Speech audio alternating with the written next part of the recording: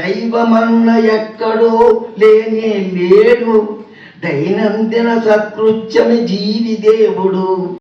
జనజీవన మందైన సుడి జడులకు జడవని, ఎదను తట్టి ఎదురు నిలుచు ఎడారైన విడువక, ఎదను తట్టి ఎదురు నిలుచు ఎడారైన విడువక. మాయాగుణమే జీవుడు, దయాగుణమే దేవుడు, మాయాతీత మహోన్నతుడి జ్ఞాని దేవుడు. సరే, దేవుడు ఉన్నాడని చెప్పింది కూడా మనిషే. ఈ దైవ పరంపర నిన్నటిది కాదు, ఇవాళది కాదు.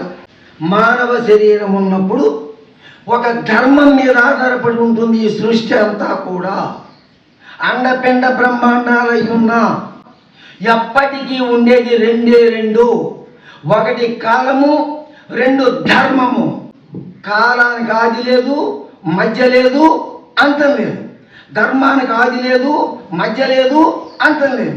ఈ రెండు ఎప్పుడూ ఉంటూనే ఉంటాయి. ఆ ధర్మం మీద ఆధారపడి బ్రహ్మ పని చేయాలి, విష్ణువు పని చేయాలి, ఈశ్వరుడు పని చేయాలి. ఆ ధర్మం మీద ఆధారపడే మానవుడు పని చేయాలి. గృహస్థ ధర్మంగా నీకోటి ఉంది, అది నువ్వు చెయ్యవు. సన్యాసి ధర్మంగా నాకోటి ఉంది, అది నన్ను చెయ్యనేమో. హిందూ ధర్మం చచ్చిపోలే, హిందూ చచ్చిపోయాడు. ధర్మానికి చావు లేదు. ధర్మో రక్షతి రక్షిత. నువ్వు ధర్మాన్ని రక్షించుకోరా, ధర్మంగా ఉండరా, నువ్వు రక్షణ పొందుతావురా. నువ్వు ధర్మాన్ని అతిక్రమిస్తే నువ్వే నష్టపోతావు. ప్రమిద ఒక చోట ఉంది, నూనె ఒక చోట ఉంది, ఒత్తి ఒక చోట ఉంది, అగ్గిపుల్ల ఒక చోట ఉంది. జ్యోతి అని అడిగితే ఎక్కడ చూపించగలను నేను?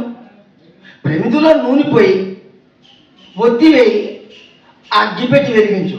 నీ దగ్గర మనసు ఉంది, నీ దగ్గర బుద్ధి ఉంది, నీ దగ్గర హృదయం ఉంది, నీ దగ్గర చిత్తం ఉంది. ఈ నాలుగు ఒక్క చోట పెట్టావా? ఈ శరీరం అనే మూటని ఇక్కడ పడేసావు, మనసనే దాన్ని ఎక్కడో పంపించావు.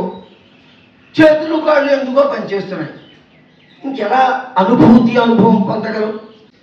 మనం తెలుసుకోవాల్సింది ఏంటంటే, సమాజంలో ఉన్న లోపం చూపించకు, సమాజంలో ఉన్న లోటు చూపించకు, సమాజంలో ఉన్న కోపతాపాలు చూపించకు, సమాజంలో ఉన్న భ్రష్టత్వం చూపించకు. నేను ఎలా ఉన్నా, నా ఆరోగ్యం ఎలా ఉంది, నా మానసిక స్థితి ఎలా ఉంది, నేను ఏదైనా క్రమశిక్షణ తప్పానా, నేను వెళ్ళవలసిన పాలసీ సిస్టమ్ ఏదైనా తప్పుతుందా?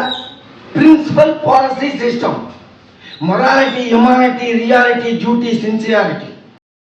ఇప్పుడు కళ్ళు తెరిచి నేను జై హిందూ విశ్వబంధు అంటే ఆటలు సాగుతాయా?